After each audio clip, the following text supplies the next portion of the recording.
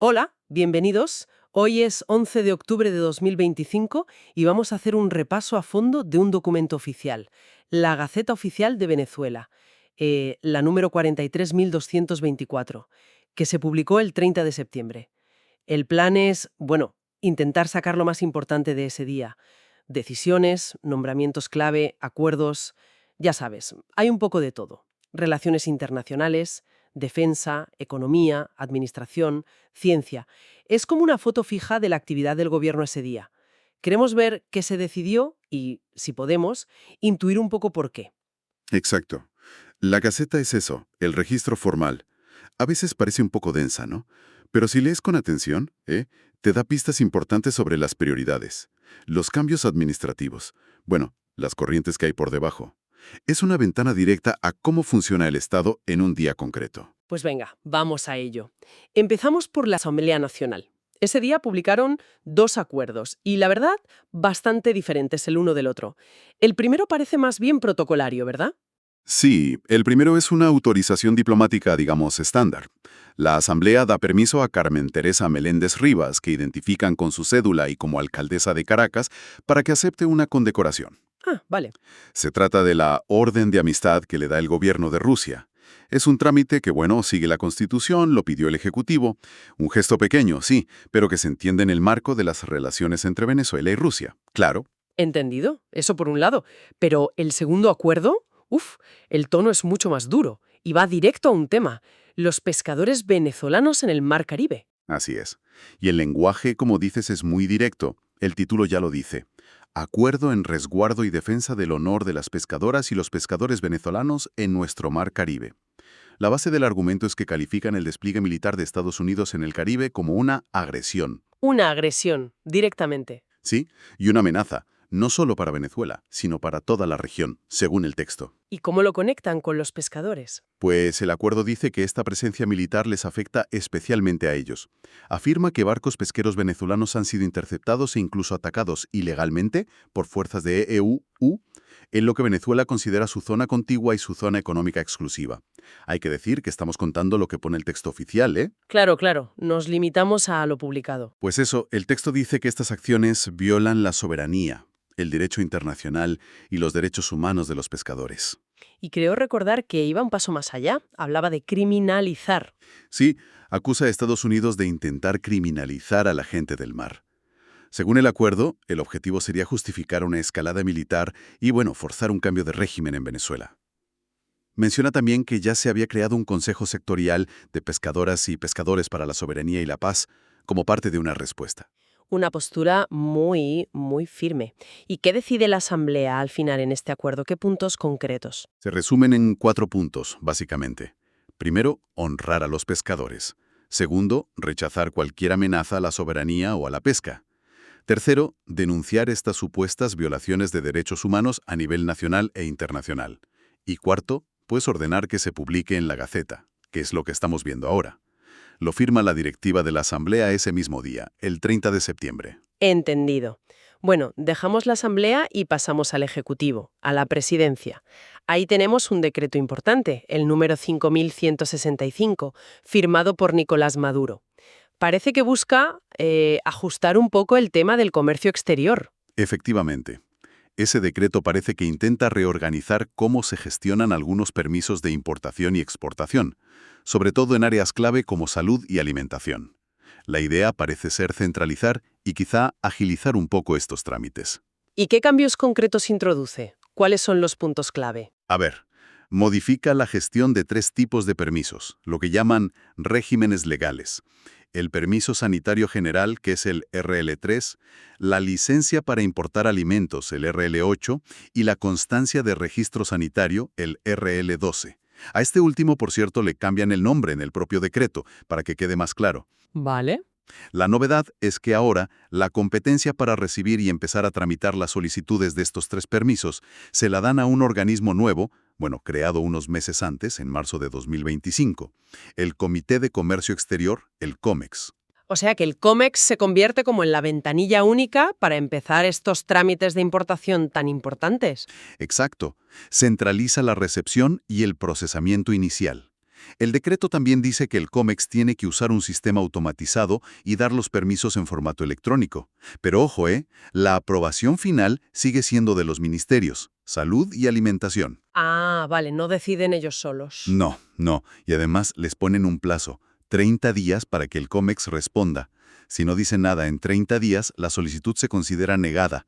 Es lo que se llama silencio administrativo negativo. Interesante eso del silencio negativo. ¿Cómo se interpreta? ¿Es para que se pongan las pilas y respondan rápido? ¿O es más bien un filtro? Pues mira, podría ser las dos cosas. Por un lado, obliga a que haya una respuesta en un plazo. Pero por otro, si el sistema se atasca o hay dudas, pues la respuesta por defecto es no. Habrá que ver cómo funciona en la práctica. También le dan al propio COMEX 30 días para adaptar su sistema informático. Y una cosa que llama la atención es la lista de ministros que firman el decreto. Es larguísima. Cierto, cierto. No vamos a leerlos todos, pero sí, lo firma la vicepresidenta ejecutiva y prácticamente todo el gabinete. Exteriores, defensa, interior, finanzas, comercio exterior, industrias, ahí está Alex Saab como encargado, por cierto, alimentación, salud, planificación, bueno, un montón. Casi todos, vamos. Sí.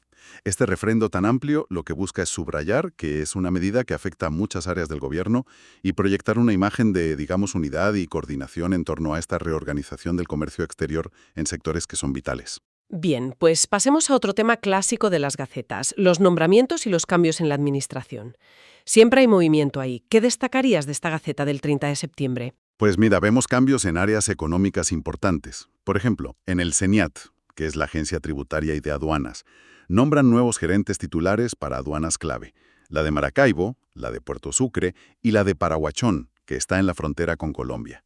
Vale. Y un detalle interesante es que a todos les dan responsabilidad como unidad administradora desconcentrada, y además les delegan la capacidad de autorizar gastos hasta un límite que se fija en UCAU. Espera, UCAU, ¿eso qué es exactamente? ¿Suena a una unidad de cuenta o algo así? Exacto. Son las unidades para el cálculo aritmético del umbral máximo y mínimo. Es una unidad de cuenta que usa el gobierno venezolano como referencia para ciertas cosas: presupuestos, contrataciones, umbrales financieros. Su valor se ajusta de vez en cuando y muchas veces está ligado a leyes económicas específicas, como veremos luego. Ah, entiendo. En este caso, pues, les da a estos gerentes de aduana cierta autonomía para gastar directamente hasta ese límite, 70.000 UCAU. Entendido. Y más allá de las aduanas, porque me pareció ver bastantes cambios en ciencia y tecnología. Sí, sí, ahí hubo bastante movimiento. Nombran a Amaddig Medina Zárraga como presidenta de una empresa estatal, el Parque Científico Tecnológico de Venezuela Más Ciencia, que parece nueva o relanzada. Y curiosamente, a esta misma persona la nombran también miembro principal en la directiva de la Fundación Instituto de Estudios Avanzados, el IDEA, que es un centro de investigación que ya existía. Y lo más llamativo es lo de la universidad nueva, ¿no? Totalmente. Se nombra el consejo directivo de una universidad recién creada, la Universidad Nacional de las Ciencias Dr. Humberto Fernández Morán. Y lo curioso aquí es que la propia ministra de Ciencia y Tecnología, Gabriela Servilia Jiménez Ramírez, es nombrada rectora de esa universidad. Ostras. Ministra y rectora a la vez. Sí, es una concentración de funciones bastante particular, ¿verdad? Unir la dirección política del ministerio con la gestión académica directa de una institución nueva. Además, hay otros nombramientos en organismos como Fundacite en Caracas y Trujillo. Vimos también movimientos en educación y en ecosocialismo, que es como medio ambiente. Correcto. Nombramientos de directores generales, directores de zonas educativas en los estados. Por ejemplo, en Yaracuy. Y a la directora de Yaracuy, fíjate, le delegan funciones administrativas concretas como ser cuentadante, o sea, responsable de las cuentas de esa unidad y firmar contratos. En ecosocialismo, nombramientos parecidos para las direcciones en Mérida y Nueva Esparta. ¿Y se repite lo de encargado o encargada en muchos casos? Sí, eso es. Podría indicar que son nombramientos temporales, interinos, o que quizás están en medio de una reestructuración más grande en esas áreas. Y hablando de delegaciones y reestructuraciones, parece que hubo una reorganización gorda en Conatel, la entidad que regula las telecomunicaciones. Sonaba bastante complejo en el texto. Lo es, sí. La providencia administrativa que lo regula es larga, pero básicamente lo que hace el Consejo Directivo de Conatel es delegar un montón de funciones importantes en dos personas clave, y ambas son encargadas. el director general y el jefe de la Oficina de Gestión Administrativa. ¿Y qué tipo de poderes les dan? ¿Qué pueden hacer ahora? Pues mira, desde iniciar licitaciones, incluso internacionales, decidir contrataciones directas, aprobar contratos que se salen de la Ley General de Contrataciones, hasta homologar equipos de telecomunicaciones. Casi nada. Y al jefe administrativo le delegan tareas muy operativas pero fundamentales, gestionar compras por consulta de precios o concursos cerrados hasta ciertos límites, y aquí vuelve a salir la UCAU como referencia, firmar los contratos, modificarlos, suspender procesos si hace falta. En fin. O sea que concentran bastante poder operativo y de contratación en esas dos figuras encargadas. Y mencionas otra vez la UCAF y una ley específica. Exacto. La Providencia menciona explícitamente que se usa la UCAF y la relaciona con la Ley Constitucional contra la Guerra Económica. Esta es una ley marco que el gobierno ha usado para justificar muchas medidas económicas y administrativas, a menudo diciendo que es para responder a sanciones o a lo que llaman guerra económica. Entiendo. Le da un paraguas legal y financiero particular. Eso es. Vincular la gestión de Conatel a esta ley y a la UCAF le da ese marco. Y además, esta providencia anula otras dos anteriores sobre delegación, lo que confirma que es una reorganización pensada y deliberada. Vale. Y para terminar ya con los nombramientos, ¿hubo algo en el ámbito judicial? ¿Algún cambio? Sí, hubo movimientos en la Inspectoría General de Tribunales. Este es el órgano que controla internamente a los jueces y tribunales y depende del Tribunal Supremo de Justicia. Nombran una nueva jefa del despacho y una nueva coordinadora nacional de denuncias, también como encargada. Relevos en puestos de control interno, entonces. Exacto. Ambas resoluciones dicen claramente que sustituyen a las personas que estaban antes, así que es un cambio en puestos clave para supervisar el funcionamiento de los tribunales desde dentro. Bueno, pues si intentamos juntar todas las piezas de esta Gaceta del 30 de septiembre, ¿qué foto nos queda? Vemos, por un lado, gestos diplomáticos, declaraciones muy fuertes sobre soberanía. Sí, y por otro, ajustes internos. Se centraliza el control de importaciones clave. Y una reorganización administrativa con muchos nombramientos, a menudo de encargados y delegaciones de poder importantes en puntos estratégicos como aduanas o telecomunicaciones. Exactamente. Muestra un gobierno que está activo en varios frentes a la vez. Por un lado, reafirmando su posición internacional y defendiendo su soberanía, o lo que considera su soberanía. Y por otro, pues ajustando la maquinaria interna. Centralizando procesos en sectores críticos como alimentación y salud y moviendo gente en puestos clave de la economía, la ciencia, la educación, el control. La Gaceta es como un reflejo de esas prioridades y de esos movimientos. Nos da una visión muy concreta de lo que estaba pasando en el gobierno ese día. Para terminar, y pensando en todo esto que hemos comentado, ¿te queda alguna idea dando vueltas, alguna pregunta para seguir reflexionando? Pues quizás podríamos fijarnos en ese patrón de concentrar funciones que hemos visto, especialmente en las delegaciones de Conatel, ¿no? Pero también en la figura de la ministra, que también es rectora, o en esa autonomía que se da con la UCAU a los jefes de aduana. Sí, esa concentración de poder en ciertas figuras o mecanismos. Exacto.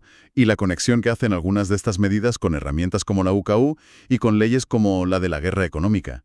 Más allá de si buscan eficiencia o control, uno se pregunta cómo estas estructuras de decisión a menudo, en manos de figuras encargadas, pueden influir luego en la dinámica real del poder y de la gestión diaria. Claro, ¿qué efectos prácticos tiene eso? Eso es.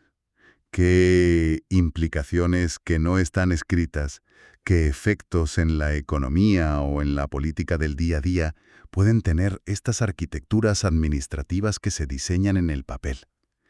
Es una invitación a mirar un poco más allá de lo que dice la norma publicada, ¿no?